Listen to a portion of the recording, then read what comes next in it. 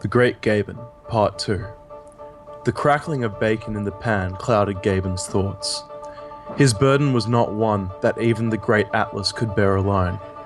It plagued his mind for every waking second since awakening from the dreams of last night's slumber. And so he sat, blankly staring at the blank plate in front of him, with two items of cutlery in hand, fork and knife, uncertain of what to say. It was then that Gaben's dear homemaker, Lisa, a two-syllable name, his favourite kind, presented to him a question best not asked. Would you like 2 or 3 eggs today, my gorgeous Gaben? The cluttering of cutlery collapsing to the clean hardwood floor rang out across the homely refuge. Oh! Slowly, Gaben leaned down to pick them up, only to sigh and struggle to return to an upright position. Encumbered by the weight of his predicament, Lisa could feel the tension rising, and she had hesitantly welcomed it with a daunting familiarity. 2 eggs it is. The spawn of Gaben looked upon his suffering, his two sons oblivious to the drama occurring all around them. However, the youngest of his kin shouldered the weight of Gaben and returned him to an almost monolithic upright position. It was now that Lisa knew of the events to come. She piled the plates with food of the morn and proceeded to place her hands on the shoulders of her beloved children.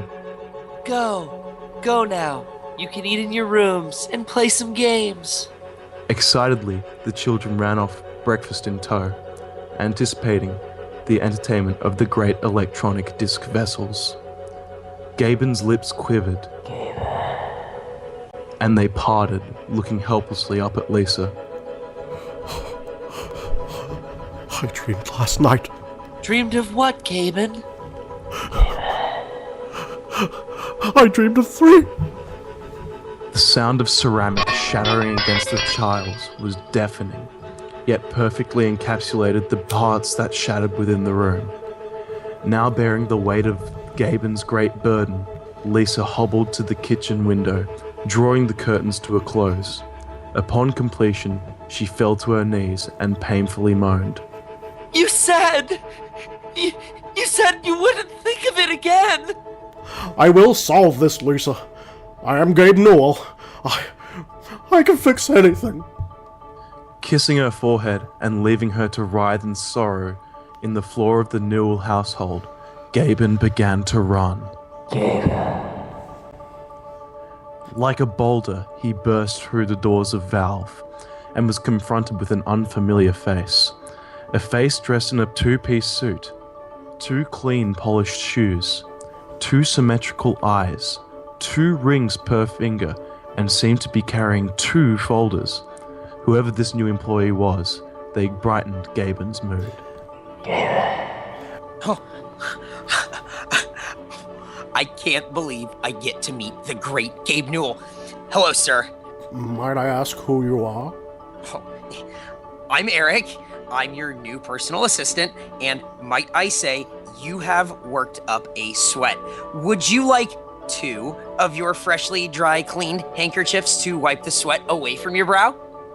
Two-syllable name. This was the kind of man that knew what Gaben liked, and how he liked it. A man of taste. Why, yes. Yes, I would, thank you. Right away, Mr. Newell. As the perfect personal assistant paced away from Gaben,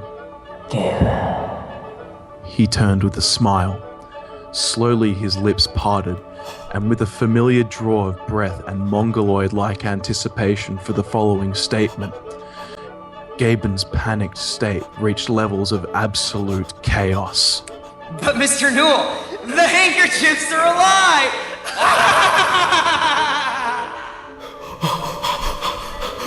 Out! Get out! The roar of Gaben spread across the halls with an echo. Silence crept across the office. Chairs rolled from cubicles and heads seemingly appeared at absurd angles from every position at Valve HQ. Eyes stared blankly at the personal assistant, and unknowing of what he had just done, he felt fear and froze. Do you know how many times we hear that joke a day? Gaben's voice rose as he paced towards the petrified PA. Do you know how long we spend on every working title only to be told the same joke over and over again? Do you think we knew it would reach such a scale? That those who would even enjoy the pleasures of Portal started to say, oblivious to the joke we were spreading? The smile of something not human spread across the face of the personal assistant. The teeth jagged and the smile stretched unnaturally from cheekbone to cheekbone. You put it perfectly yourself, Gaben. How long do you spend on every working title? Is that why there's no threes? The demon cackled wildly and threw its head back as Gaben fell to his knees.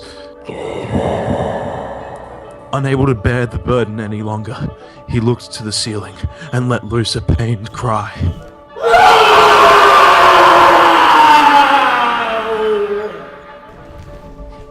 Returning his head to face the personal assistant, he realized that he had seemingly vanished and was now surrounded by the workers of Valve, amongst them his old personal assistant.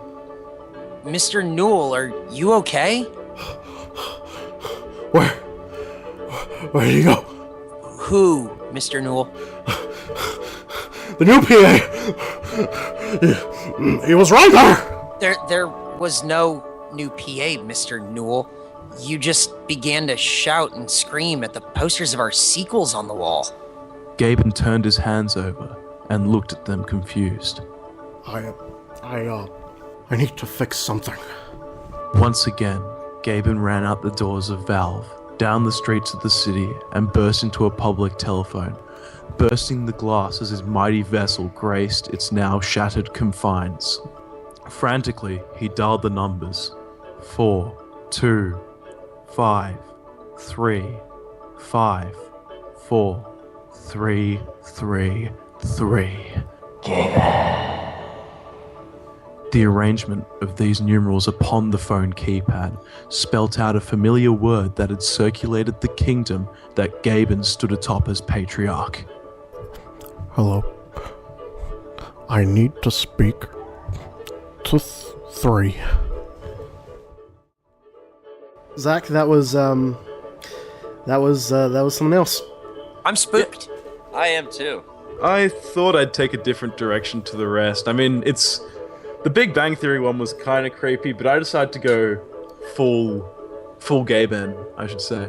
I think the laugh track being its own entity and causing the clothes of Sheldon to burst from their host was pretty damn creepy. Yeah. That was right up my alley. This is filling me with so much like uneasiness. Like I don't know what is happening and I'm fucking terrified. That's the best thing about it. Yeah, I love it. Zach, my friend, thank you so much. Thank you. Cody, thank you for your Gabens. Very did a good job. What do you... Did you just congratulate yourself on doing a good job? Yep. Yeah.